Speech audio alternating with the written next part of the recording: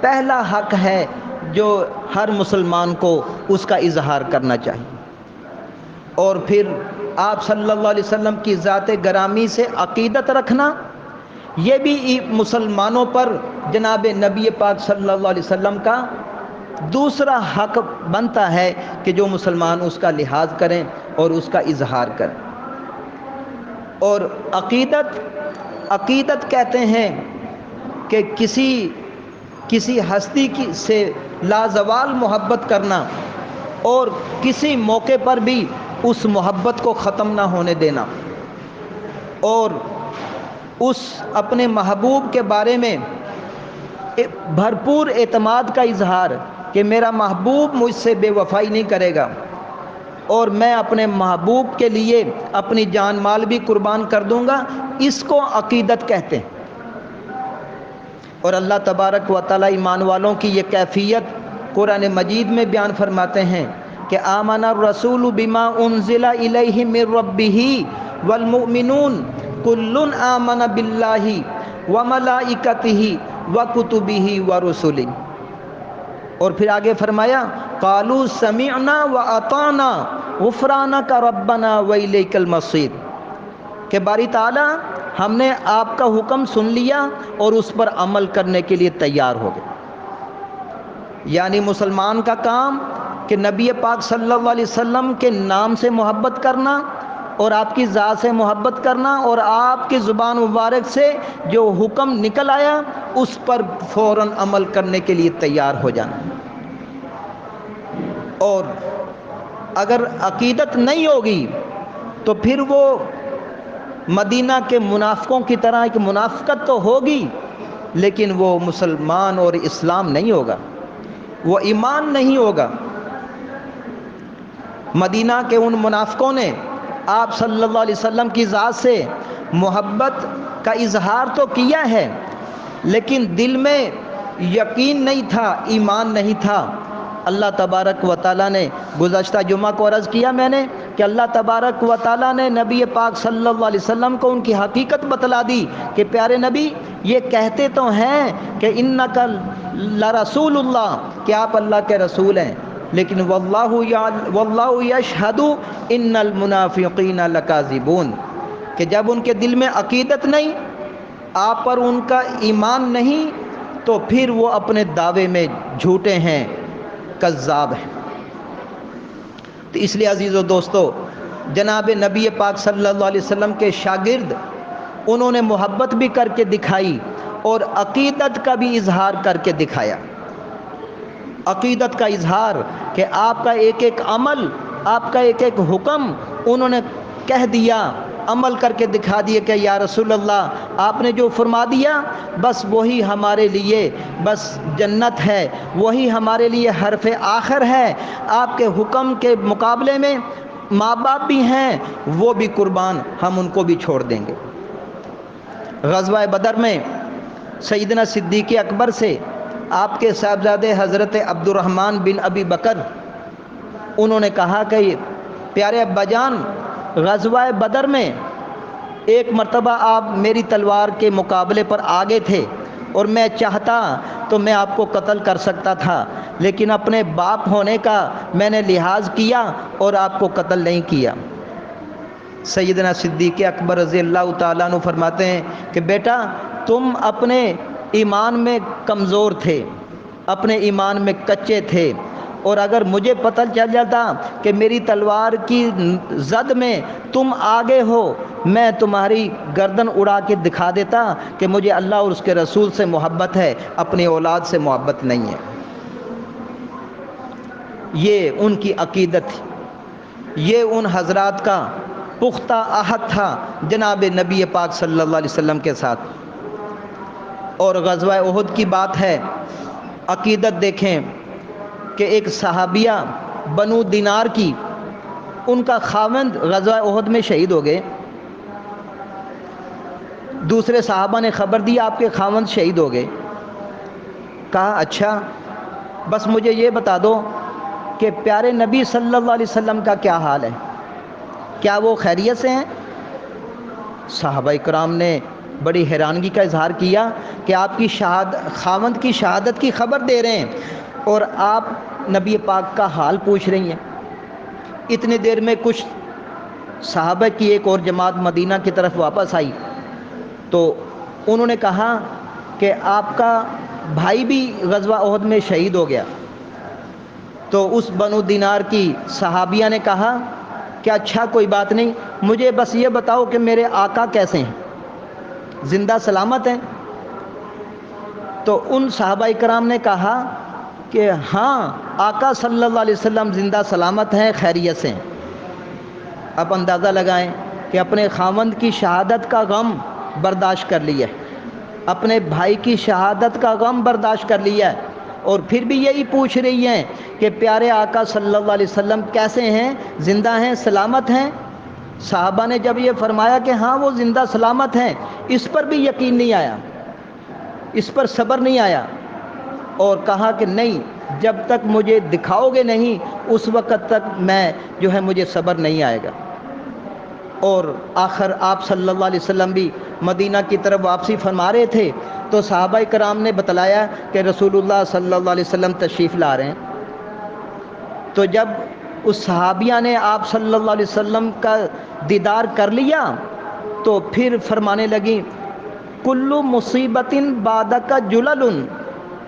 کہ پیارے رسول اللہ صلی اللہ علیہ وسلم آپ کو زندہ سلامت دیکھ لیا تو اب ہر مصیبت برداشت کرنا میرے لیے آسان ہے۔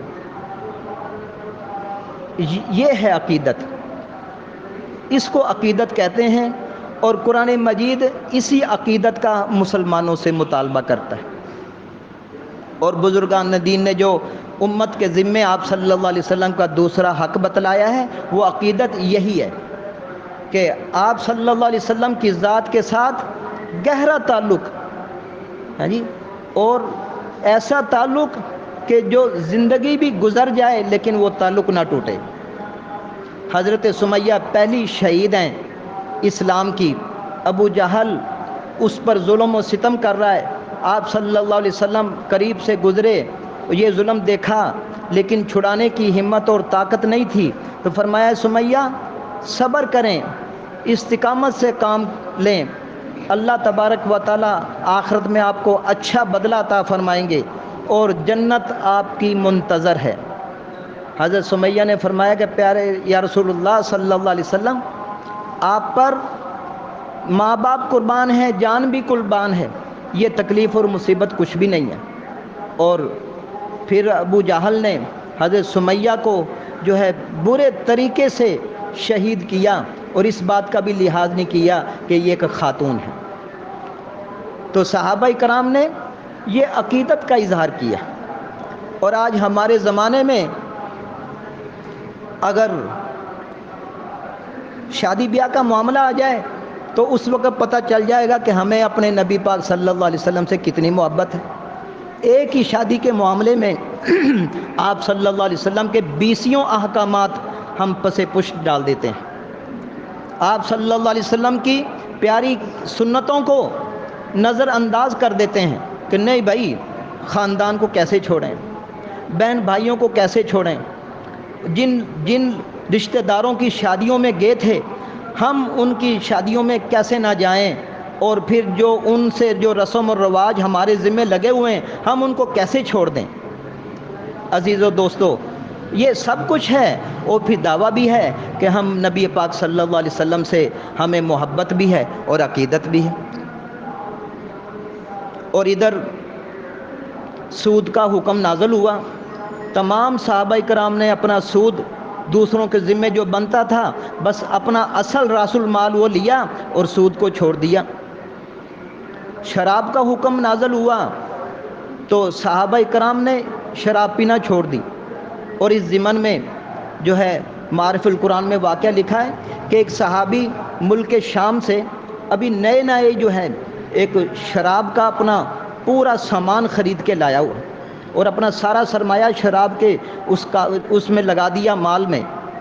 اور ادھر مدینہ میں آیا تو پتہ چلا کہ اللہ تبارک و تعالیٰ نے اب ہمیشہ کے لیے شراب کو حرام قرار دے دیا ہے۔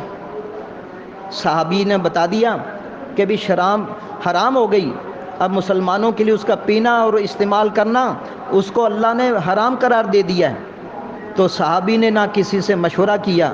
نہ اپنے نفع نقصان کو دیکھا، ساری شراب اپنے گھر کے باہر سارے مٹکے توڑ دیے، ساری شراب ضائع کر دی، اور یہ بھی سوچنا گوارا نہیں کیا کہ میں اس شراب کو بیچ کر کم از کم اپنے پیسے تو میں واپس لے لوں۔ ہمارے جیسے عقل مند ہوتے تو اللہ معاف کرے پتہ نہیں کیا حالت ہوتی ہماری۔ اور اب عقیدت و محبت ہمارا امتحان لیتی ہے ہر معاملے میں۔ مؤذن اذان دے رہا ہے کہ آ جاؤ اذان کی طرف، نماز کی طرف، کامیابی کی طرف، تو ہم جو نبی پاک صلی اللہ علیہ وسلم سے محبت اور عقیدت کا جو اظہار کرتے ہیں اسی وقت پتہ چل جاتا ہے کہ عقیدت کتنی ہے اور محبت کا دعویٰ کتنا ہے۔ اور حضرات صحابہ کرام، میں نے عرض کیا کہ کسی موقع پر بھی کوئی ایسا واقعہ یا کوئی موقع ایسا صحابہ کرام کی تاریخ میں نہیں دکھا سکتے کہ نبی پاک کا حکم آیا اور صحابہ کرام نے یہ کہا ہو کہ اچھا بعد میں کر لیں گے، یا اور کرنے والے بہت ہیں، اگر میں ایک نہیں کروں گا تو کیا پتہ چلے گا نبی پاک کو۔ اگر آدمی کی نیت خراب ہو تو بہانے ہزار ہوتے ہیں، لیکن صحابہ کرام میں سے کم چھوٹے سے چھوٹا صحابی بھی آپ اس کے اوپر انگلی رکھ کے نہیں دکھا سکتے کہ آپ کا کوئی حکم آیا اور انہوں نے کہہ دیا ہو کہ بھی عمل کرنے والے اور بہت ہیں، اگر ایک میں عمل نہیں کروں گا تو کیا ہو جائے گا۔ عزیزو دوستو، یہ امت مسلمہ پر نبی پاک صلی اللہ علیہ وسلم کا حق ہے کہ آپ سے محبت کی بھی کی جائے اور آپ سے عقیدت بھی رکھی جائے۔ اور عقیدت کا مطلب آپ کے تمام لائے ہوئے دین کو ماننا، اس پر ایمان لانا اور اس پر عمل کر کے دکھانا، اور پھر الگ سے بھی نبی پاک صلی اللہ علیہ وسلم کا حق امت مسلمہ پر اطاعت اور فرما برداری ہے۔ اطاعت اور فرما برداری یہ آپ صلی اللہ علیہ وسلم کا تیسرا حق ہے امت مسلمہ پر۔ اور اس بارے میں اللہ تبارک و تعالی قرآن مجید میں آپ کی شان اور دنیا میں بھیجنے کا مقصد اس کو واضح طور پر اللہ تبارک و تعالی بیان فرما رہے ہیں۔ وما ارسلنا من رسول الا لیطاع باذن اللہ، کہ ہم نے اپنے رسول کو نہیں بھیجا مگر صرف اسی لیے کہ اس کی فرما برداری کی جائے، اس کی اطاعت کی جائے۔ اور پھر آل عمران میں تو فرمایا گیا قل ان کنتم تحبون اللہ فاتبعونی، کہ اگر تم اہل ایمان اللہ تبارک و تعالیٰ سے محبت کا دعویٰ رکھتے ہو تو فاتبعونی، میری اتباع کرو، میری پیروی کرو۔ یعنی نبی پاک صلی اللہ علیہ وسلم کی فرما برداری